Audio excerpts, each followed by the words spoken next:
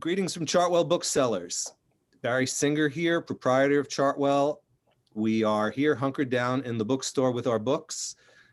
Without you, our customers, we miss you very much. The books do as well, but we are really doing quite well by you with the online orders that we've been receiving and the conversations I have with many of you regularly on the phone. And it seemed time to begin again with another in-store event. Not literally in store, but Zooming in the store with Josh Ireland are you in London, Josh? Yeah, I'm in London, yeah, London. Who has written a new book that has come out this past week here in the United States, Churchill and Son, about the tantalizing subject of Winston Churchill and his son Randolph and their life together and apart. And we are going to let Josh tell you about the book. Then he and I will chat a little bit about it, and it will be available online. It is available online even as I speak. And it's quite fascinating. I'm particularly taken with any book that humanizes Winston Churchill and creates a human being where the icon is. And Winston Churchill as a parent is a particularly interesting subject that I've personally thought about somewhat in my own dealings with Winston Churchill and the Churchill family. So take it away, Josh, and tell us all about Churchill and Son. And thank you for doing this. Well, my pleasure to be here. Greetings from London. I thought I might start by talking about how I came to write the book. I think one of the strangest things about the work I do is how quickly you can go from knowing nothing about another human being to knowing something, and then what feels like everything. Except, of course, it's not ever everything. The other notable thing about my job is the frustration that comes with understanding that there's always a limit to what you can find out. At some point, you run out of people to talk to, books to read, or archives to visit. Up until the summer of 2017, I think I was only barely aware that Winston Churchill had a son. Then, while sitting on a sun lounger outside an Italian villa on holiday, I met him for the first time. I was reading Ben McIntyre's account of the early years of the SAS, and then suddenly this burly, rude, over-emotional, stupidly brave drunkard leapt out of the book's pages. And I thought, oh, here's something. Randolph took up residence in my brain for quite a while after that. I began wondering what it must have been like to grow up as the son of a man like Winston Churchill. I wondered how you could ever forge a meaningful life for yourself when your father is literally the man who saved your country. I thought too about Winston as a man. One of the reasons why he continues to exert such a fascination for so many is that he was titanically gifted, but also titanically flawed. He's almost a mythological figure, and yet he's unrelentingly, unmistakably human. Incredibly generous, but impossibly self-centered. Capable of crying over the death of a family pet, and yet also complaining that the armies commanded by his generals haven't been sustaining enough casualties. So sensitive that he could react like a hurt child when he felt old friends or colleagues had betrayed him, and yet seemingly unable to tell when he had given offence himself. What effect would exposure to that heady combination of vices and virtues, what effect would that have on a young boy? So I began reading, and I started to make visits to Churchill College, Cambridge, where the archives of both father and son are held. And as I did so, I realised two things. The first was that Randolph occupied an important part in his father's life. But what I found strange was that although Winston's wife Clementine is given a prominent role in almost every book or film, Randolph barely features. At most, he makes the odd appearance, buzzing briefly in like a particularly vexatious fly before being dismissed as a diversion. I guess that this was partly a function of other writers' priorities. They, quite understandably, preferred to emphasise other aspects of Winston's life. What the archives also told me was that there had been, at least in the past, some reticence on the part of others at even approaching the topic. Bill Deakin, who had been a literary assistant to Winston, once replied when asked if he might consider writing an essay on the relationship, I cannot help feeling that Randolph and his father is not a subject to be treated separately. There are so many wounds and natural frustrations which might be more gently faced by allusion and implication. It would make me, to say the least, uncomfortable to face the theme head on. Martin Gilbert, the author of the great biography of Winston, had a similar perspective. He said, "I would advise most firmly against including an essay on the relationship between Randolph and his father. This is a complex and difficult matter, which in my view is outside the scope of the memorial type of essay which you require. It is not an aspect of Randolph's life which any one person would be able to deal with adequately without long and careful study of the correspondence between them, and without thorough research into a number of complex problems. Also, one of the most important facets of the relationship hinges around a matter which could not at this time be put into print. Both these men were from a different generation to me, and they had close personal connections with Winston and Randolph. But I believe that it's a story that deserves to be told. And that's the second thing I realized from spending time in the archives. Their relationship really was extraordinary. For a long time, Winston was absolutely obsessed by his son, and Randolph worshipped his father. As I leafed through the boxes of letters and documents I found in the archives, I was astonished both by the tenderness with which they wrote to each other, and also, occasionally, the naked fury and hurt. It felt to me that this was a side to Winston Churchill that was very rarely seen. The great war leader, far more vulnerable and playful, happy and sad than we are accustomed. A letter from Winston to his son might begin, "I have been very remiss in writing to you, but that is not because you are not constantly in my thoughts.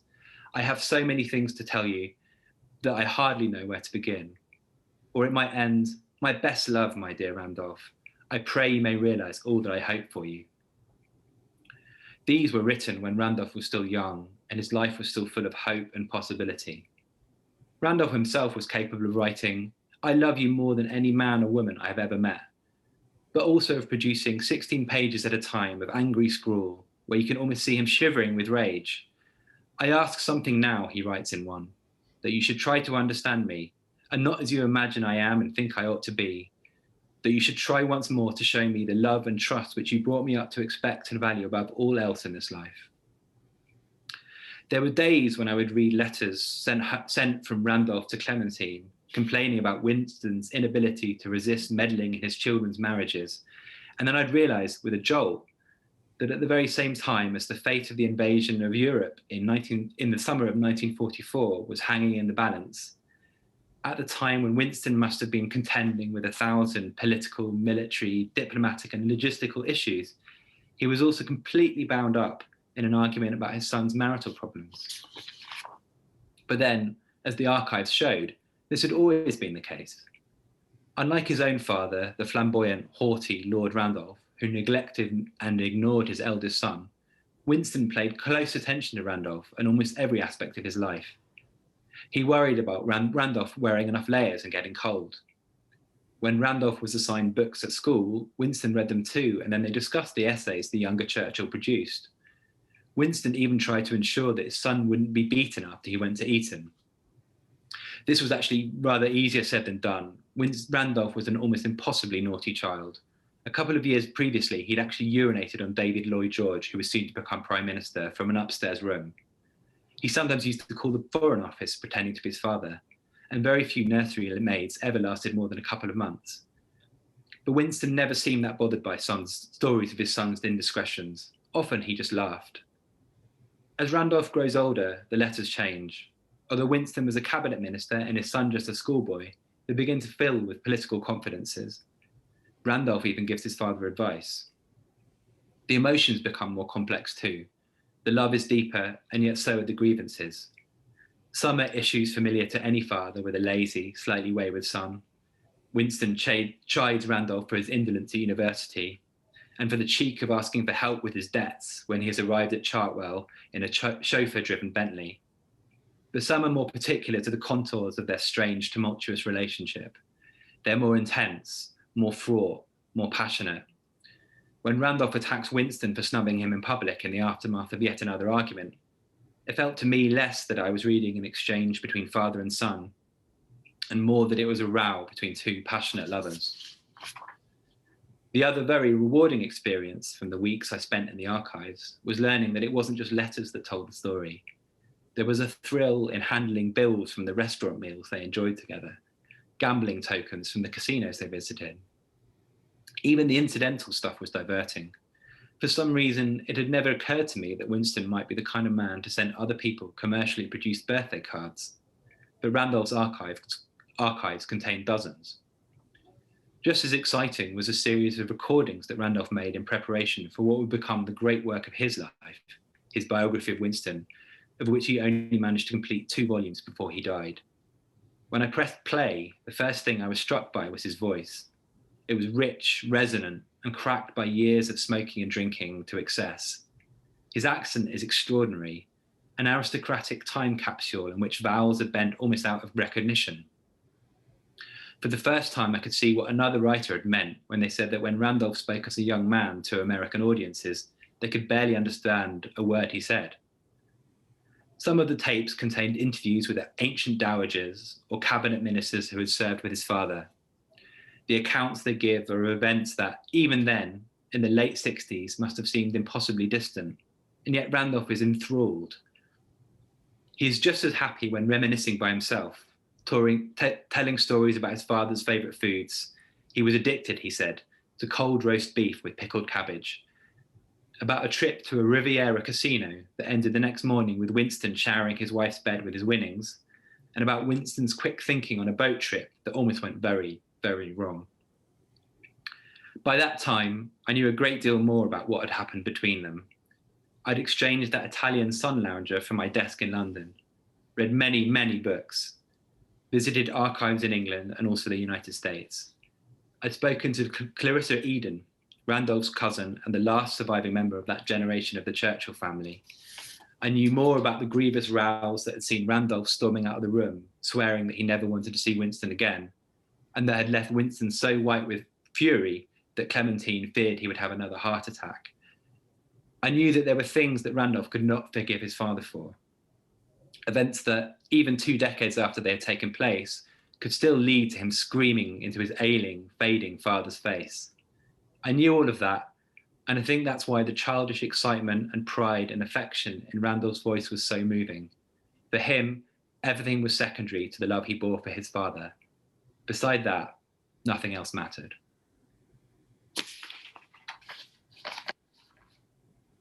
Well said. Great, thank you, yeah. It is, they are a phenomenal conundrum as a couple. I think so. And conflicted as any couple could possibly be. One of the questions I had for you, because I've thought about it and I don't know the answer, is do you think that Winston did more damage in raising Randolph or Clemmy? That's a really good question. And I let you explain what the difference in the way they their involvement with their son was. Well, I mean, I think the first thing I think is worth saying is that both Clemmy and Winston, I mean, neither of them had any sense of what it was like to be a good parent. They'd had no good examples from their own parents. So I think the amount of love they were able to produce was actually pretty impressive, both given that both of them had been subject to fairly unpleasant experiences, and they'd been neglected. They'd been, they'd been really gone through the ringer even before they reached adulthood.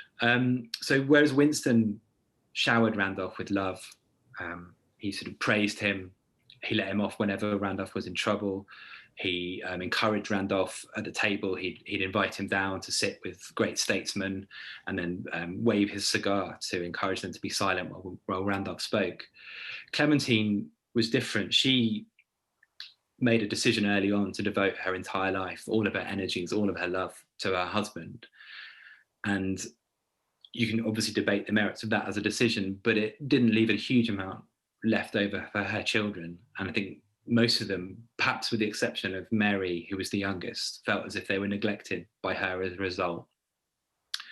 And I think, too, a lot of the things that happened to Clementine when she was younger ended up affecting the way that she approached motherhood. She lost her sister when she was very young.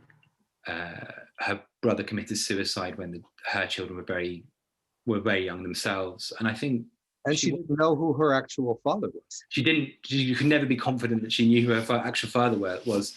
So she had this incredibly unstable, terrifying existence. And I think Winston actually offered stability to her. Winston offered everything that she'd wanted. And in return, she gave everything she could to him.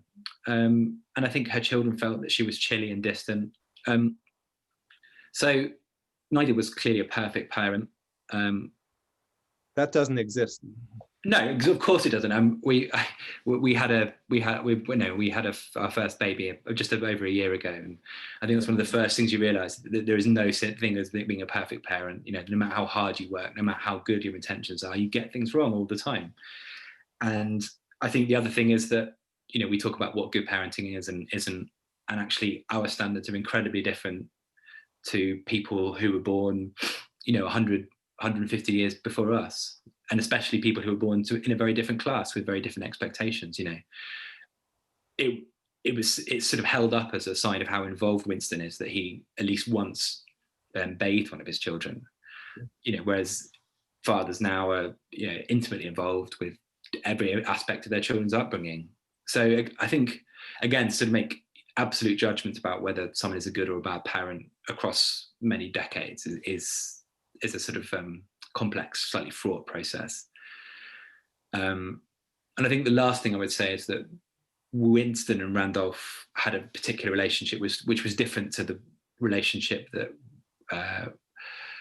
Winston had with the rest of his children. I mean, he adored them, he clearly did, as did Clementine in her own way. You know, I think they have all these beautiful, affectionate names, and I'm sure all of them would have said, if asked, how happy their memories were of growing up. But Winston nakedly favoured Randolph over all of them. And all the sisters talk at various times of being resentful of the fact that there was nothing that they could do that would ever top anything that any minor achievement of Randolph's. And they felt as if they were sort of left in the shade. And I guess the question is whether that ultimately is a good thing for any human being, to be subjected to that sort of favoritism, or whether actually what looks like a gift is actually somewhat closer to a curse.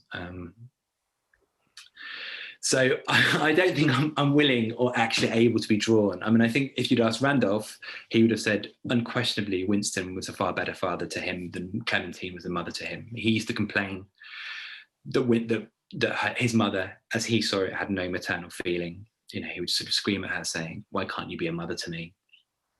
But the sort of strange thing, and the sort of psychologically inevitable thing, is that most of the women he slept with looked very much like his mother.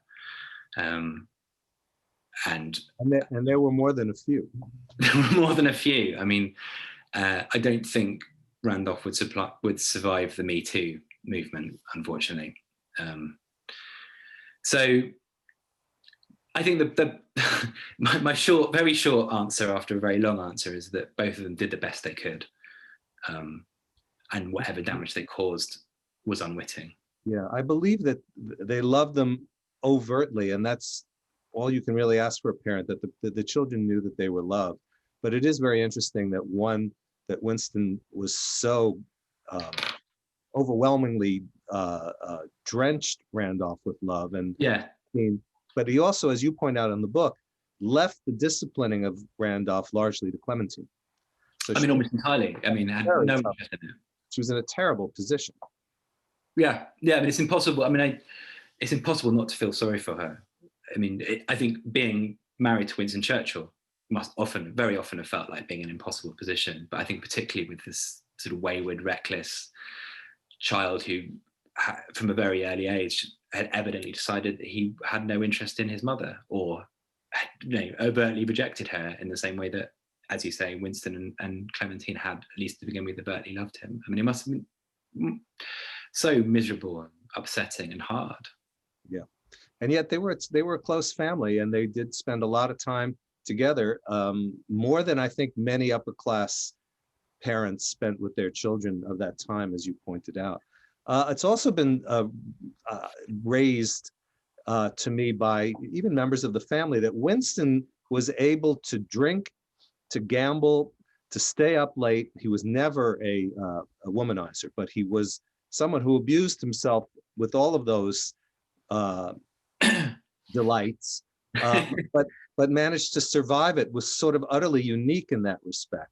But his children all sort of inherited those with the exception of Mary, but became alcoholics. They couldn't, they physically couldn't tolerate. Randolph could not tolerate what Winston's body was able to tolerate. No. It came to alcohol, when it came to gambling, he was at the mercy of those.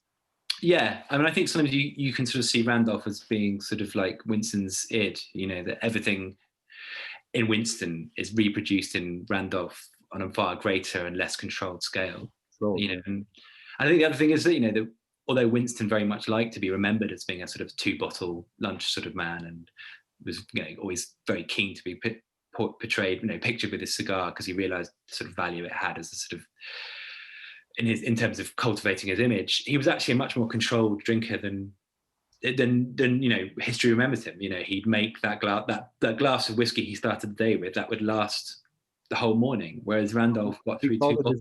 His mouthwash, exactly. Whereas Randolph really drink 2 bottles of whiskey a day at a minimum, smoke 100 cigarettes. When there are accounts of him eating where it's just extraordinary. It's like these gargantuan feasts. Whereas Winston, ate a lot. Insisted on having cream with every pudding, and insisted to having a pudding with every meal.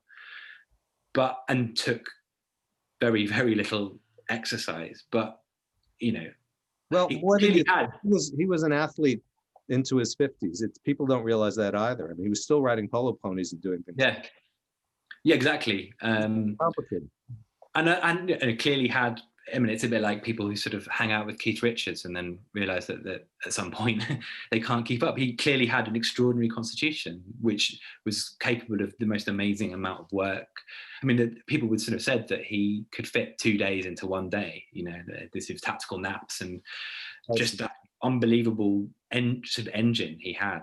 And all that meant that, he could absorb what we would see as sort of abuse, whereas his children couldn't. And whether that was because something in him was mentally as well as physically stronger, whether they were drinking, not just whether the damage drink did to them was just a function of drinking too much, or whether they had some hole inside themselves that they needed to fill that he didn't. I don't know, but it's striking how different his relationship with alcohol and his children's is.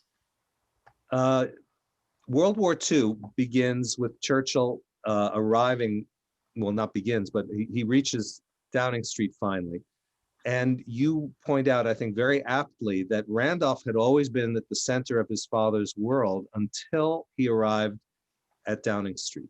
And it was quite a slap in the face for Randolph to realize that he was no longer welcome at the table in the same way he had been before. Can you talk about that a little bit? Because I think that I think it must have been just completely bewildering and painful for Randolph.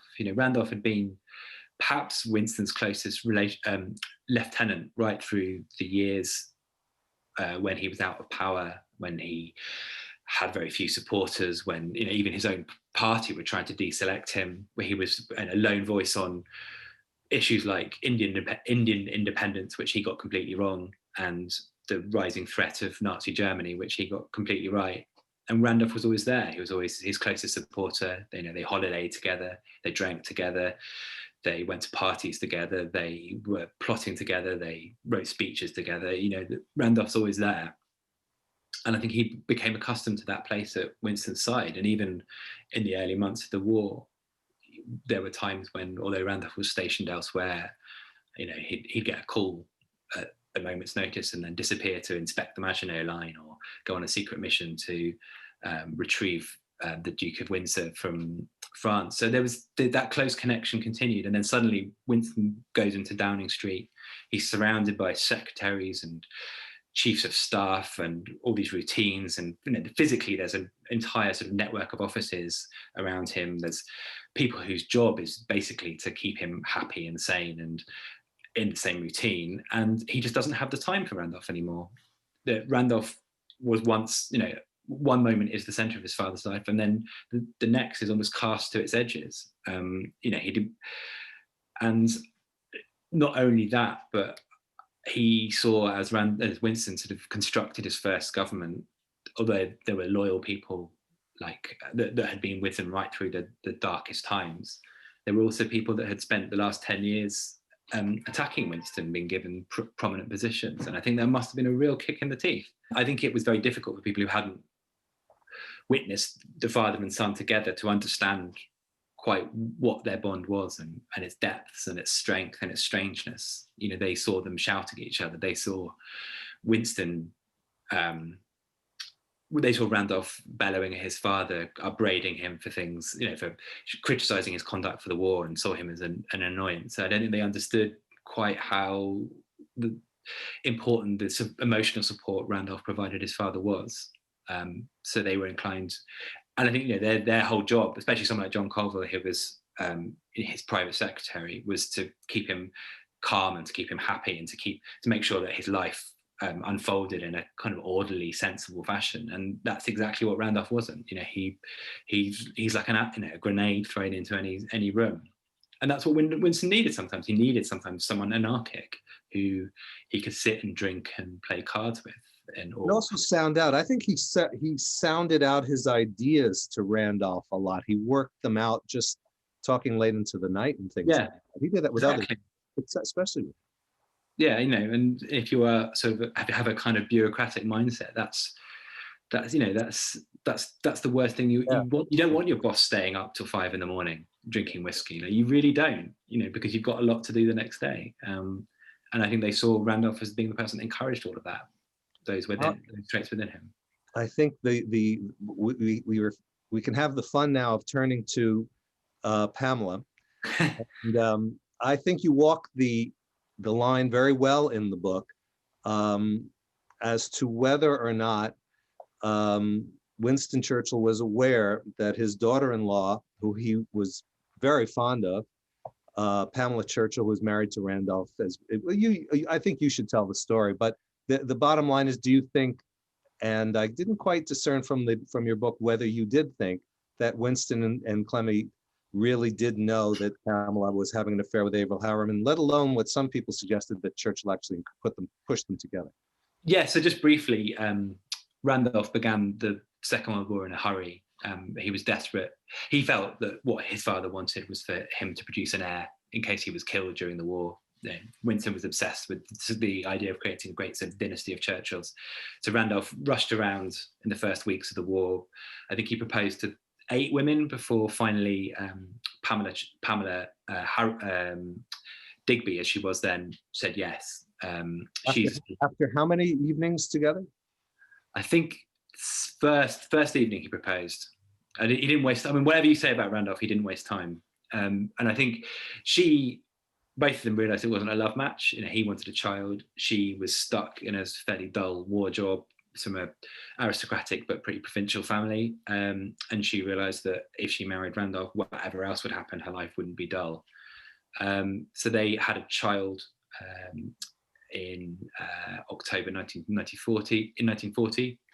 And then shortly afterwards, in the beginning of 1941, Randolph, who'd been desperate to be posted to the front line, was finally given the chance to travel out to the Middle East. And while this happened, on the way, Randolph had been anything but a good husband. He drank, he womanized, he gambled, and on the way over to the Middle East, he gambled almost all of his money away. Then wrote a letter to Pamela saying, I'd say all of his money away. all of his money, and all of anything that Pamela thought they might have had. And then he wrote a sort of slightly pathetic note to her saying, "Can you help? I'm in a lot of trouble." And she said yes, and then went about fixing the situation. But I think that Lord Beaver was, as you might expect, the last straw. And I think she felt, right, I think I need to start creating a life of my own. And one of the first things that she did was to start an affair with Averell Harriman. He'd been sent over by Roosevelt to, just as the Lend-Lease scheme was beginning, to sort of make an assessment of what Britain needed from the United States, which was obviously a crucial role. And so their affair began in the Dorchester Hotel and continued both at Chequers, which is the British Prime Minister's sort of official retreat, I guess like Camp David in the States. It took a while for Randolph, who was on the other side of the world, to find out. But when he did, he was absolutely incandescent. Not so much that his wife had cheated on him, because as he saw it, she'd already sort of done her job of producing an heir, but because he felt that Winston had condoned the affair. And as his anger grew, he began to accuse Winston of actually instigating the affair.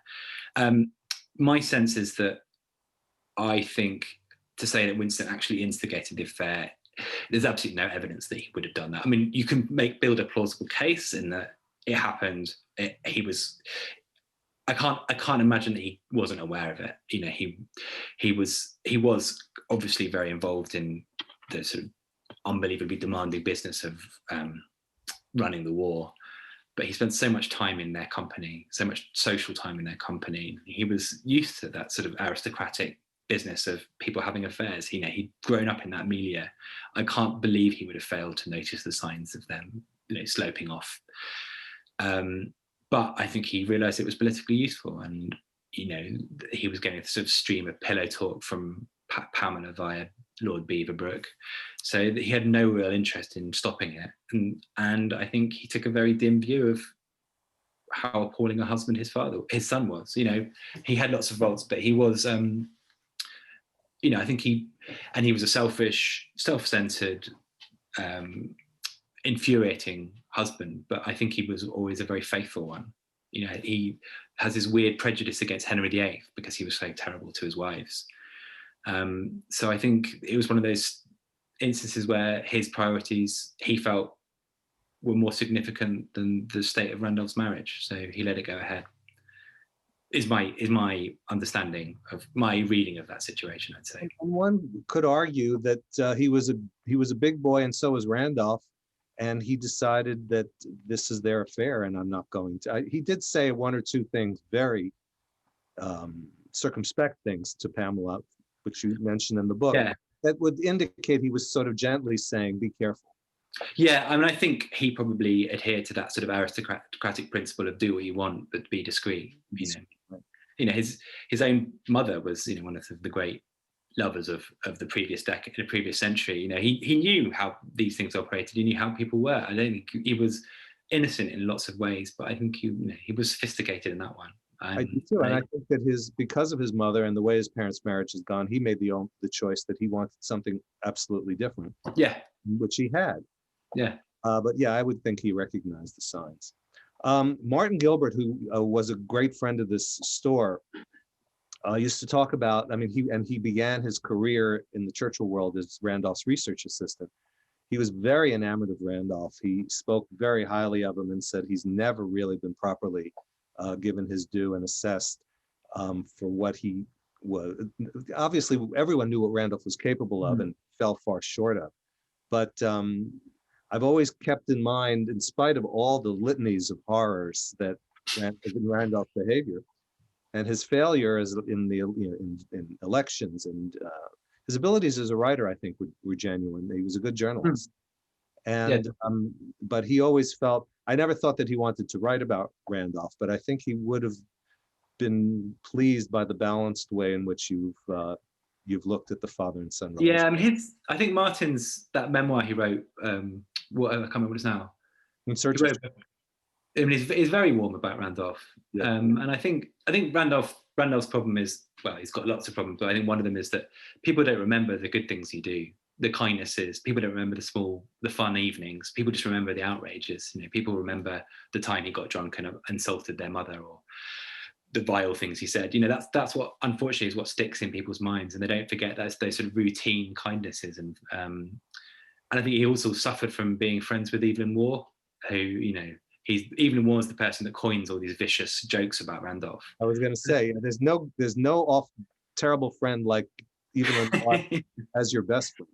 But you know, but the thing is, Evelyn Waugh is the most intemperate man of the 20th century, and they stay friends right until Randolph dies. You know, so I think, you know, there's all these quips, and the other sort of very famous one is Michael Foot saying, meeting someone, I can't remember who he met, and he said, you and I belong to the most exclusive club in London, the Friends of Randolph Churchill. But again, this is someone from completely the other side of the political spectrum, you know, and they had this deep abiding friendship. You know, they even fought each other for the same seat, which Michael Foot won handily.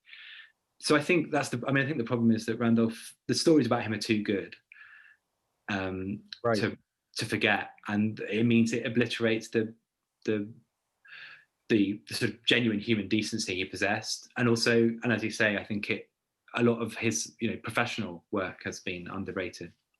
And you also pointed out, well, I think that it's something that I didn't really think about that closely, which was that Pamela and Randolph, from their letters, seem to have been in love during the early stages of their marriage, which very few people ever talk about, that they really did come to love one another rather deeply, it would seem. I mean, it's difficult to know because it clearly went into that relationship seeing it as almost like a kind of contract. Transactional, absolutely. A very transactional arrangement, but it's impossible to read. I mean, certainly hers, without thinking that whatever started as a transaction had became something different. That he was able to. So yeah, and that really does add to the sadness, I think, of the way it ended. That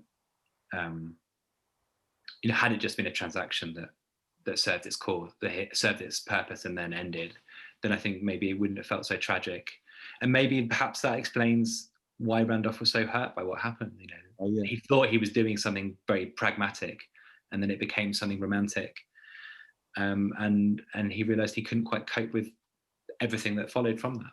The betrayals, the multiple betrayals. Yeah. Josh, tell us something about yourself. I know you're a journalist, an accomplished journalist, but tell us a little bit more about your work beyond this book.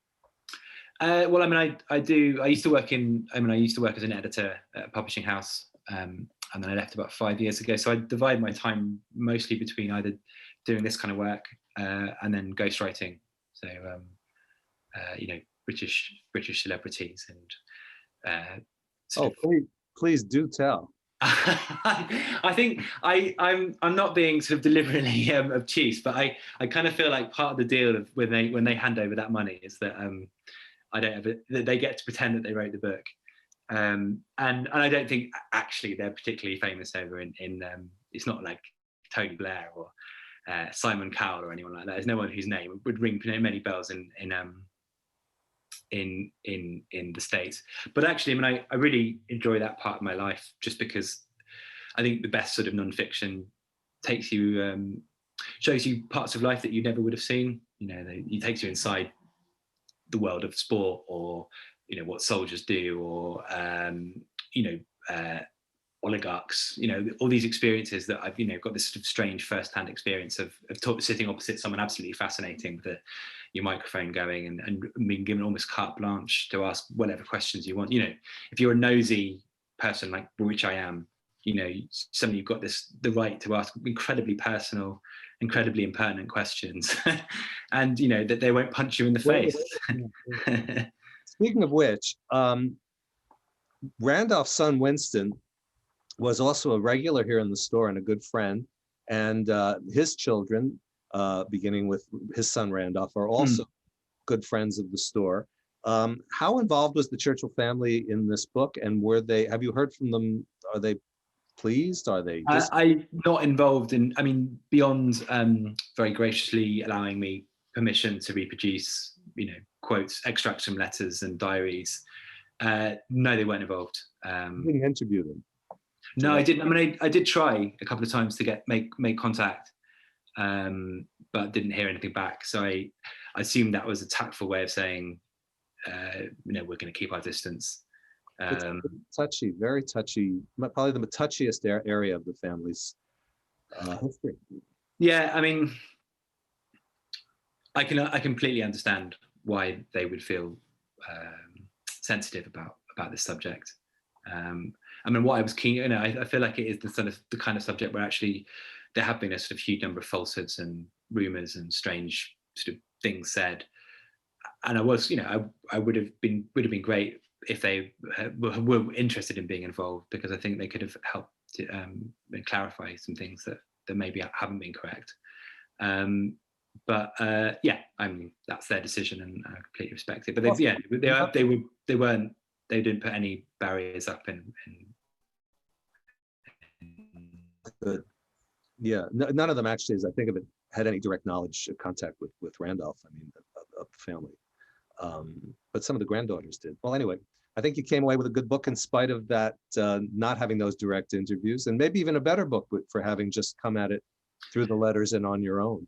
Yeah, and I think maybe there's, if you've Without the weight, formed a judgment. close relationship with people, then you feel there are times you might, that there are things you might have said that you decide not to put in for fear of offending someone that you sort of formed a bond with. So, I've always was always very anxious to do everything in good faith. I didn't want it to be a sort of muckraking sort of book, and I'm very conscious of how invasive it is for some to hear. I mean, as much as the Churchills have lived a very public life, and they've become, I imagine, accustomed to quite intimate details of their ancestors being republished. It still can't get any easier. So I think it was sort of the responsibility of any writer to be as sensitive to that as possible, and without suppressing anything that you thought was important to telling the story. Well, congratulations on having done. Thanks very much. Here's the book. Order it now, my friends and customers. We have first editions, and Josh, thank you very much for doing this with me. It's a pleasure. Considering it's a Zoom call, I really enjoyed it. Well, thanks so much for inviting me. I really enjoyed it as well. Thank you. And continued good luck, good fortune with this book. And what's the next book? Do you have anything you want to talk about? You want to mention? No. My proposal went out with my agent last week, but I don't think I can talk about it now. But best of luck, and thanks again. Thank you so much. It was a real pleasure. Thank you.